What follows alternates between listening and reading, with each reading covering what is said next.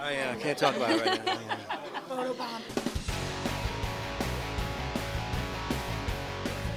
The idea behind your show, NeXt, is what would happen if Alexa or Siri became serial killers.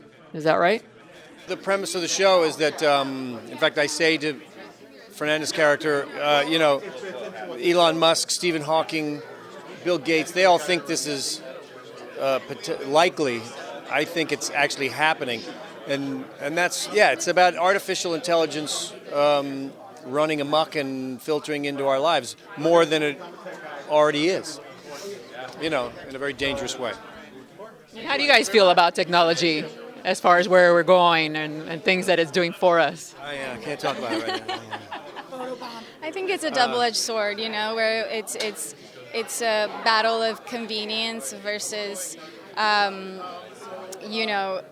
loss of autonomy, and also the dangers that come with creating something that you really don't know what's going to happen with it. You have no control over where it's actually going to end up in, and I think that's a lot of what these characters deal with. I play Shay, and at the point where she meets John's character, she really isn't buying it completely, and I feel like we can all relate to her in that way, that we see it as a concept and we don't really understand how much it's already happening and how much we're part of making that happen. So John's character comes in and gives her a little bit of an awakening.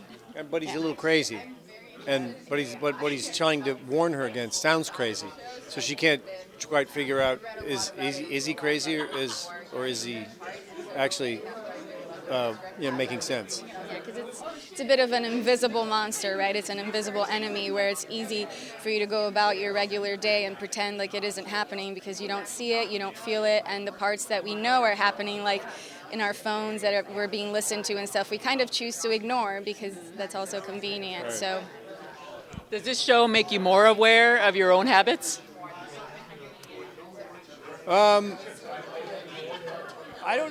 Maybe, yeah. I mean, I'm of the generation that, hasn't had these things for all that long. I have a 20-year-old who is also, just prior, he's not a kid who grew up with one in his hand as a baby, or the first thing you see is your parents doing this and you associate, you don't know a time when there weren't these things. So I notice that I get more and more connected to my phone, and it's a little upsetting because you're missing out. I mean, it is convenient, and as Fernanda said, the trade-off that we all, you buy something and then the next day you're inundated with ads for the same thing you just bought, and you kind of wave it off as inconvenient, but it's insidious. I mean, they know where you live, they know what you buy, they know your credit card number. And I was in Starbucks the other day, and the computers went down. And all of a sudden, I turned around, and there were 35 people in line, and the people are standing there like, I don't know. And you just think, all it takes is, a couple of incidents to really screw things up. yeah, and the level of intimacy that computers have access to in your life is oftentimes much more than other humans closest to you don't have. So it's also that how does that affect our interpersonal relationships with the people that we love and our family and friends, and also on a bigger scale, how we communicate with each other in the future. So how would you describe it? As like a suspense or drama? An AI thriller, right? What would you, right? I mean, Yeah.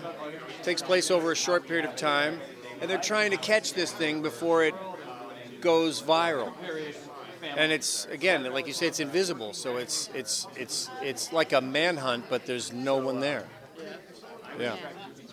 And it progressively gets, you're on this hunt, but the thing progressively gets smarter and smarter than you. So it just when you feel like you're catching up, you're 10 steps backwards. So it's a real race for these characters, and also reflective of the race that we're running in humanity too. Great, thank you. Yeah. Thank you.